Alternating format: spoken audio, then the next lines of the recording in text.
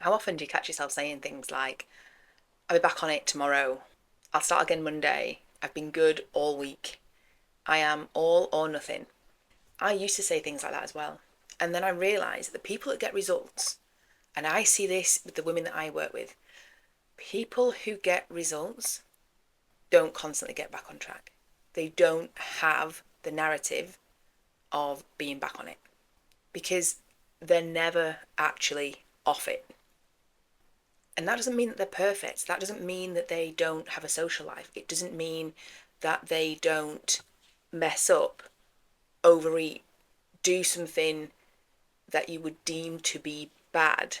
But they also don't view one meal out, one weekend away, one social event, or one day of eating as permission to abandon everything and to view it as falling off track. And that's the mistake, and that's what a lot of women are doing.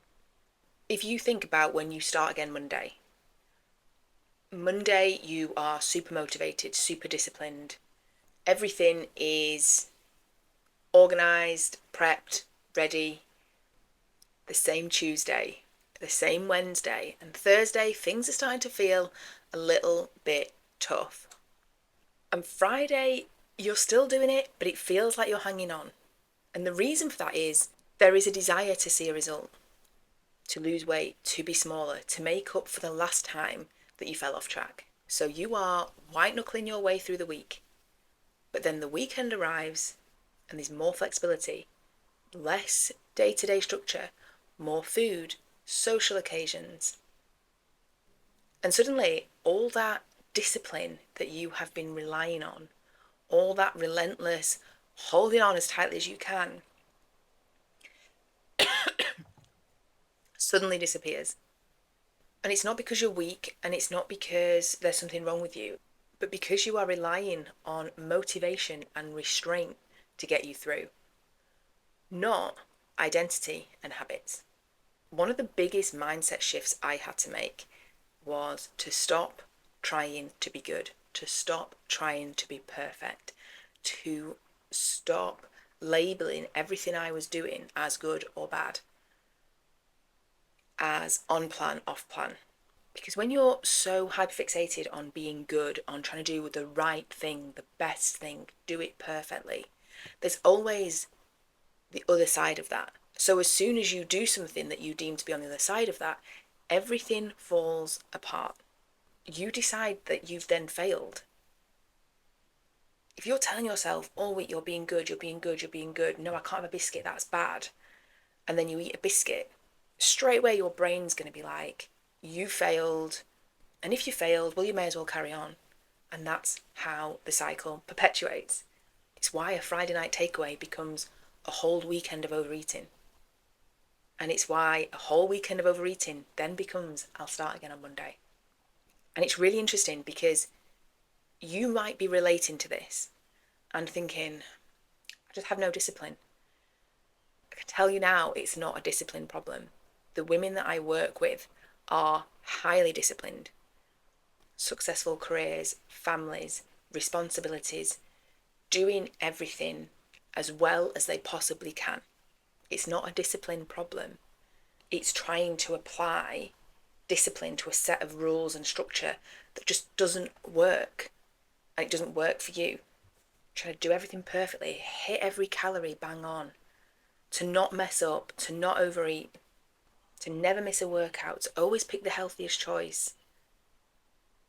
But it collapses when life happens because you are attached to this version of perfection and doing everything right. And if you do everything right, then you'll get a result. And that couldn't be further from the truth.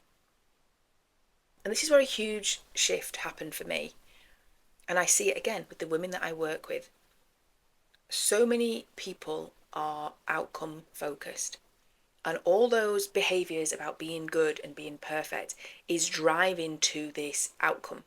If I do this well enough, good enough, perfect enough, if I do everything I'm supposed to do, I will get this outcome.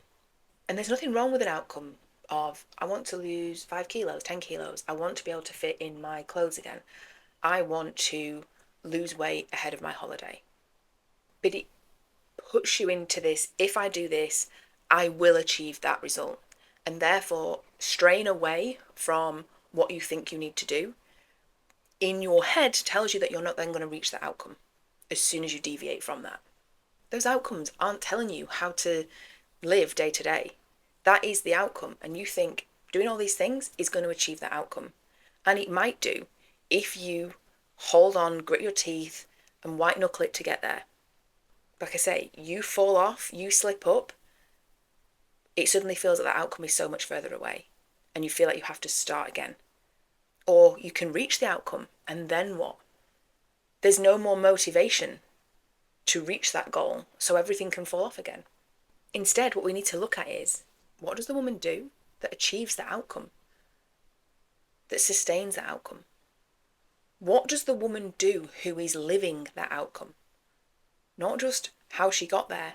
What are those women that you want to be, whether it's that you want to feel better in yourself, you want to look better, you want to lose a bit of body fat, feel more confident.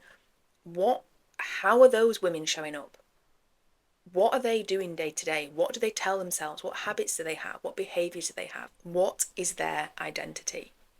And I'll tell you now, it's not be perfect at everything, tick all the boxes, be so good for as long as you possibly can, never mess up, never have a social life, don't drink alcohol, don't have fun. That woman, what happens when she overeats? She doesn't suddenly turn it into a weekend-long binge and then think start again Monday.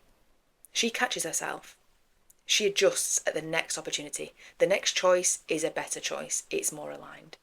She doesn't dwell on it. She doesn't over-restrict to make up for it. She's in it for the long game. She doesn't need to start over because she never actually abandoned the process in the first place.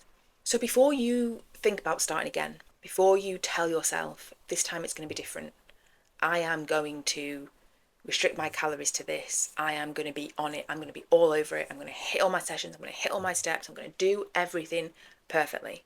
Before you do that, do this instead. Write down the result you want. The outcome. Want to lose 10 kilos. Then write down, what would the woman who already has this result do? Not on her best day, not when everything's going well, but on an average Wednesday. What does she do when she's on holiday? What does she do over a weekend? What does she do when work is stressful? When she's tired? What does she do when she overeats her calories? What does she do when she misses a gym session? How does she speak to herself? Because that is where your answers are. That is actually what you need to be doing. Because that will also teach you how to live even with the result.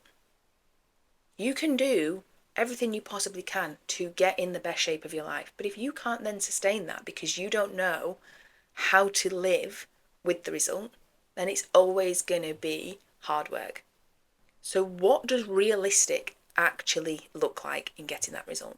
Things aren't blown up if you overeat one day. Things don't suddenly have to stop if you miss a gym session. You are human, imperfect, and that is the best thing. But trying to be perfect and trying to manipulate every last little bit with control might get you so far, but eventually the wheels are going to fall off. Getting in shape isn't about doing what you possibly can for 6 weeks. It's about creating the identity of somebody whose daily habits, behaviours, actions lead to that result. If this resonated, let me know. If you need help navigating this stuff, reach out, message me on Instagram, FSF. Let's have a conversation about how this actually looks in real life. And I'll see you in the next video.